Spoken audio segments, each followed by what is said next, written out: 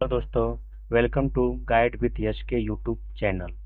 आज हम यहाँ पर सिद्ध करने वाले हैं अवतल दर्पण के लिए दर्पण सूत्र 1/f बराबर 1/v प्लस 1/u का निगमन, या इसको ऐसे भी कह सकते हैं अवतल दर्पण के लिए UVF में संबंध सिद्ध कीजिए या संबंध स्थापित कीजिए। उसके लिए दोस्तों देखिए, हम सबसे पहले एक अवतल दर्पण लेते हैं यम एम M1 और M2 का। यहाँ देखिए दोस्तों, माना M1 M2 एक अवतल दर्पण है।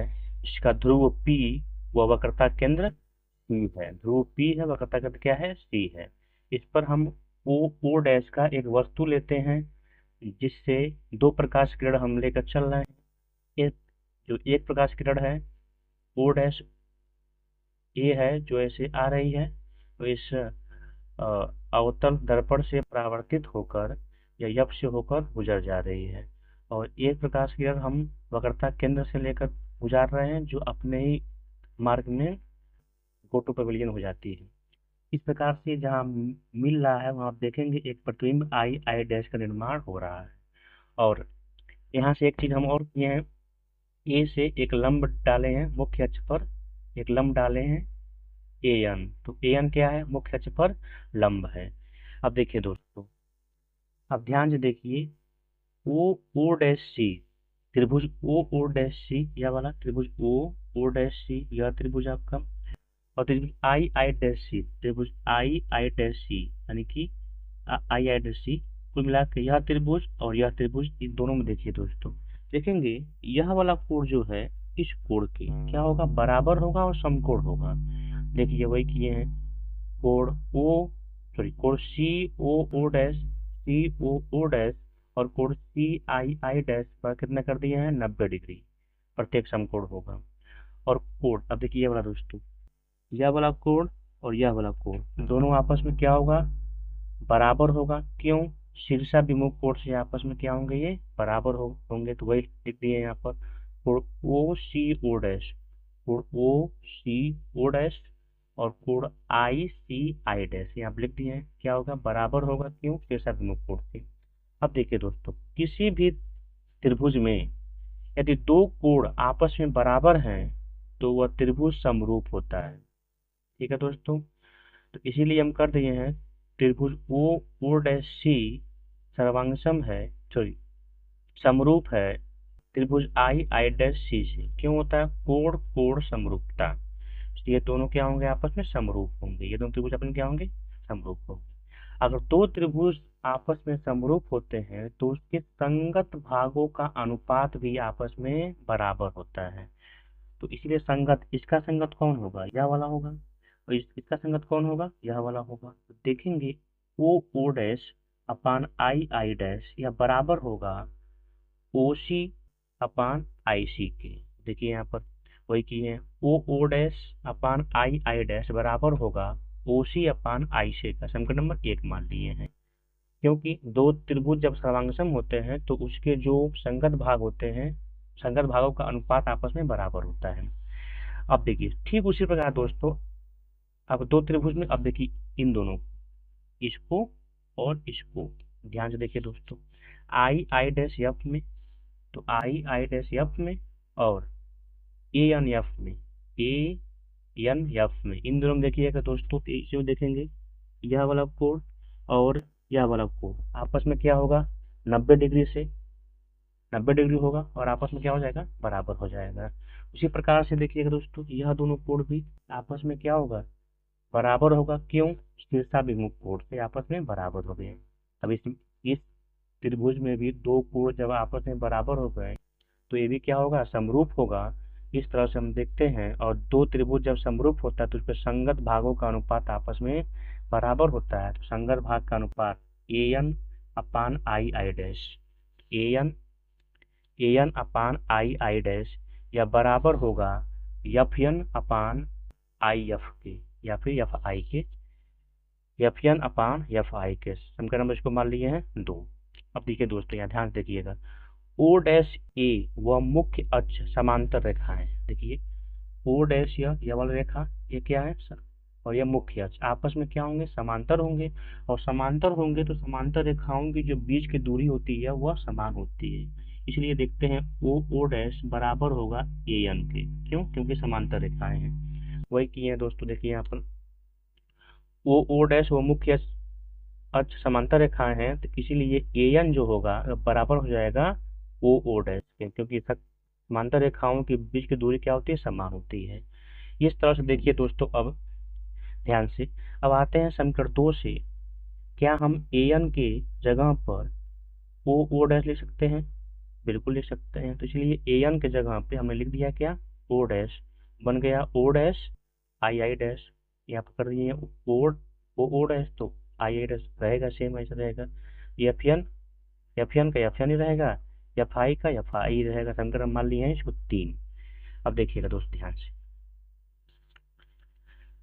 अब देखिए दोस्तों समीकरण 1 व 3 से समीकरण 1 और 3 की तुलना कर दीजिए। देखिए दोस्तों समीकरण 1 3 कहाँ पर है, समीकरण 1 यहाँ पर है। देखेंगे ओ ओ डैश जो है बराबर किया है ओ सी और आई सी के। और यहाँ पे के दोस्तों फिर से जो ओ ओ डैश है हमने ज्ञात कर दिया है एफ एन और एफ आई के। जब जब दोनों यहाँ पर हम देख रहे हैं, जब लेफ्ट हैंड साइड आपस में बराबर है, तो राइट हैंड साइड भी आपस में क्या होगा दोस्तों, बराबर होगा। तो हम कह सकते हैं, यहाँ पर ध्यान से देखिए दोस्तों, तो हम कह सकते हैं कि ओ सी बराबर अपान आई सी बराबर है F N upon F I के, क्योंकि जब जब लेफ्ट हैंड साइड आपस में बराबर है। ठीक है दोस्तों, यहाँ पर थोड़ा सा हम दोनों को दिखाने का प्रयास कर रहे हैं। ठीक है दोस्तों, जब ओ ओ डैश और आई आई डैश, यहाँ पर देखिए दोस्तों ओ O dash I I dash, ये दोनों जो लेफ्ट हैंड साइड बराबर होंगे, तो राइट हैंड साइड भी आपस में क्या होगा दोस्तों, बराबर होगा। इसीलिए इसको हमने बराबर कर दिया है। अब देखिए दोस्तों समीकरण 4 को मान लेते हैं। अब देखिए बिंदु एन जो है बिंदु पी के बहुत निकट है। देखिए दोस्तों यहाँ बिंदु एन जो है ये बिंदु पी के बहुत ही क्या है, सन्निकट है। हम समझाने के लिए इतना दूर हम किए हैं, ये बहुत ही पास है, यही यहाँ पर है। तो क्या है, बहुत ही नजदीक होने के नाते हम एन को पी भी लिख सकते हैं। तो वही किए हैं दोस्तों। देखिए यहाँ पर बहुत ही अत्यधिक निकट होने के कारण बिंदु एन को हम पी माना जा सकता है, पी मान सकते हैं। इसीलिए हम एफ एन, तो एन की जगह पे हमने क्या लिख दिया है, पी लिख दिया है। अब देखिएगा समीकरण 4 से, देखिएगा समीकरण 4 में क्या एफ एन की जगह पर हम एफ पी नहीं ले सकते हैं, क्योंकि जब दोनों आपस में बराबर हैं तो एफ एन की जगह पे हम एफ पी लिख सकते हैं। इसलिए यहाँ पर एफ पी हमने लिख दिया है। अब देखिए अब जो सारी दूरियां हैं, इन सब को हम कहाँ से लेंगे, ध्रुव से लेंगे। कहाँ से लेंगे दोस्तों, ध्रुव से लेंगे। क्यों लेंगे ध्रुव से, क्योंकि जो सारी दूरियां होती हैं वह ध्रुव से ही काउंट होती है। देखिए फोकस दूरी क्या होती है, ध्रुव से फोकस की दूरी को बोलते हैं फोकस दूरी। वस्तु की दूरी क्या होती है, ध्रुव से वस्तु की दूरी को बोलते हैं वस्तु की दूरी। भी किसे बोलते हैं, ध्रुव से इमेज के बीच की दूरी को बोलते हैं इमेज की दूरी। इसलिए दोस्तों यहाँ पर सारे को हम लेंगे ध्रुव से। देखिए उसके लिए हमको जो भी यहाँ पर करना पड़ेगा वो हम करेंगे। देखिए दोस्तों ओसी, ओसी देखिए दोस्तों यही तो है, ओसी एन है ओसी। ओसी को क्या हम इस पूरे में से इसको अगर माइनस कर दें तो हमको ओसी मिल जाएगा। तो वही किए हैं दोस्तों, इस पीओ में से पीसी को हमने माइनस कर दिया है। देखिए दोस्तों पीओ में से हमने क्या किया है, पीसी को माइनस कर दिया है, तो हमको ओसी मिल जाएगा। इसी प्रकार से दोस्तों आईसी देखिए, अब क्या है आईसी, आईसी जो है दोस्तों ध्यान से देखिएगा आईसी क्या है। देखिए आईसी क्या है, आईसी यही तो है आईसी। तो आईसी को क्या हम इस पूरे में से इसको माइनस कर देंगे तो इससे मिल जाएगा। तो वही किए हैं दोस्तों, PC PC minus P I. देखिए दोस्तों पीसी माइनस पी आई, तो कर दिए PC minus P I. P F को हम लेते हैं क्योंकि ये दूरी पहले से ही क्या है, ध्रुव से ही, तो इसको हम छोड़ देंगे। इसको हम पी को आगे कर दे रहे हैं, क्योंकि चूंकि सबको पी आगे किए हैं तो इसको भी पी हम आगे कर दे रहे हैं। और यहाँ पे एफ आई देखिए दोस्तों, एफ आई यही तो है F I P I. F I इस पूरे में से इसको माइनस कर देंगे तो एफ आई नहीं मिल जाएगा, बिल्कुल वही की है दोस्तों, P I minus P F, वही की है दोस्तों। देखिएगा यहाँ पर P I minus P F. अब देखिए चिन्ह सहित सारे मान को हम यहाँ पर अब पुटअप कर देते हैं। देखिएगा दोस्तों, हम जानते हैं कि दर्पण या अवतल दर्पण के सामने की सारी दूरियां क्या होती हैं, नेगेटिव में होती हैं। तो सारी दूरियां सामने की जो भी होंगी सब किस में होंगी, नेगेटिव में होंगी। देखिए दोस्तों पहला, देखिए पीओ दिया है, तो पीओ क्या है, वस्तु से तो ध्रुव से वस्तु की दूरी सामने ही होती है। फिर देखिए पीओ क्या है, ध्रुव से वस्तु की दूरी होगी माइनस यू कहते हैं, मानते हैं हम, मानते हैं यह यू जो है वस्तु की दूरी है। पी सी जो है, पी सी ध्रुव से वक्रता केंद्र के बीच की दूरी को बोलते हैं आर, बोलते हैं वक्रता चीज को हम बोलते हैं वक्रता त्रिज्या। पी सी फिर यही वाला सेम है तो लिख दिया माइनस आर। पी आई ध्रुव से इमेज की दूरी को बोलते हैं माइनस भी, क्या लिखते हैं, भी लिखते हैं, क्योंकि इस तरफ है तो माइनस हो चुका है, जब बाएं तरफ है तो। यहाँ पर पी एफ ध्रुव से फोकस की दूरी को बोलते हैं हम फोकस दूरी। फिर ध्रुव से इमेज की दूरी को बोलते हैं भी, तो हो गया माइनस भी क्योंकि इस तरफ है, बाएं तरफ है। पी से फोकस दूरी को बोलते हैं फोकस दूरी। अब देखिए दोस्त ध्यान से, अब देखिए दोस्तों अब ये दोनों दोनों माइनस है तो प्लस कर दिए हैं, या माइनस है तो माइनस कर दिए हैं, दोनों माइनस है तो प्लस कर दिए हैं, या प्लस ही ये आपका माइनस हो गया है। ये एक ही सिंगल सिंगल रखते हैं, दोनों माइनस तो प्लस कर दिए हैं और यहाँ पर भी कर दिए हैं। अब देखिए तो ध्यान से, अब यहाँ पर हम देखते हैं, अब क्या करते हैं, पहले आर का मान रख देते हैं हम 2f, क्योंकि हम पहले सिद्ध कर चुके हैं, आपको हम पहले सिद्ध कर चुके हैं, इसके पहले ही पहले पार्ट में हम सिद्ध कर चुके हैं कि जो आर का मान होता है वो होता है फोकस दूरी का 2 गुना। इसलिए हमें यहाँ पर आर की जगह लिख दिए हैं 2f माइनस यू, बाकी जब सेम लिख दिए हैं, यहाँ लिख दिए हैं 2f, बाकी सब सेम है। अब क्या करते हैं, इसका क्रॉस मल्टीप्लाई करते हैं। ठीक है दोस्तों, करते हैं इसका हम क्रॉस मल्टीप्लाई। तो क्रॉस मल्टीप्लाई के लिए दोस्तों देखिए ध्यान से जरा, हम क्या करते हैं, इसका मल्टीप्लाई करते हैं इसमें, तो वही किए हैं, इतना मल्टीप्लाई इतना कर दिए हैं एक वाले को, फिर एफ मल्टीप्लाई इसको कर दिए हैं।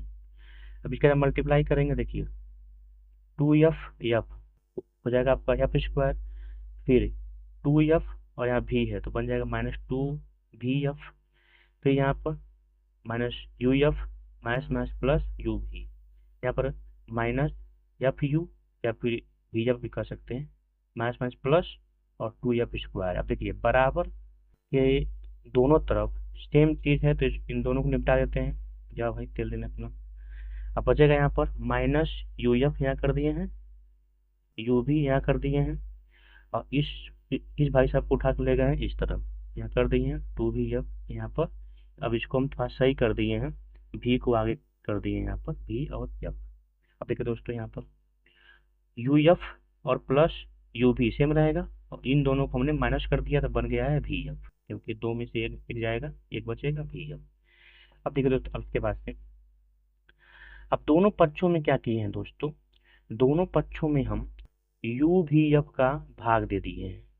देखिए इसमें भी हमने इसके नीचे यू भी एफ लिख दिया है, इसके नीचे भी यू भी एफ, इसके नीचे भी यू भी एफ। देखिए दोस्तों यहाँ पर जो कटने वाला है काट देते हैं। अब ध्यान देखिए दोस्तों, यहाँ जो कटने वाला है उसको हम काटना शुरू करते हैं। देखिए यू से भाई साहब गए तेल लेने, इस एफ से एफ गए भाई साहब, यहाँ से यू से यू गया तेल लेने, भी से भी गया तेल लेने, यहाँ से भी कट गया, एफ से एफ कट गया, बचा क्या, यहाँ बचा है 1 अपान माइनस, भाई ऊपर कुछ बचा है 1 अपान भी, यहाँ बचा है 1 अपान एफ, यहाँ बचा है 1 अपान यू। अब इसको हम क्या किए, 1 अपान एफ को यहाँ छोड़ दिए हैं, इसको ले गए उस तरफ, तो हो गया है 1 अपान एफ बराबर 1 अपान भी प्लस 1 अपान यू। इस तरह से यह आपका प्रूव्ड हो जाता है कि जो फोकस दूरी और वस्तु की दूरी ये क्या है, प्रतिबिंब की दूरी। इस तरह से 1 अपान एफ बराबर 1 अपान भी प्लस 1 अपान यू हमने सिद्ध कर दिया है।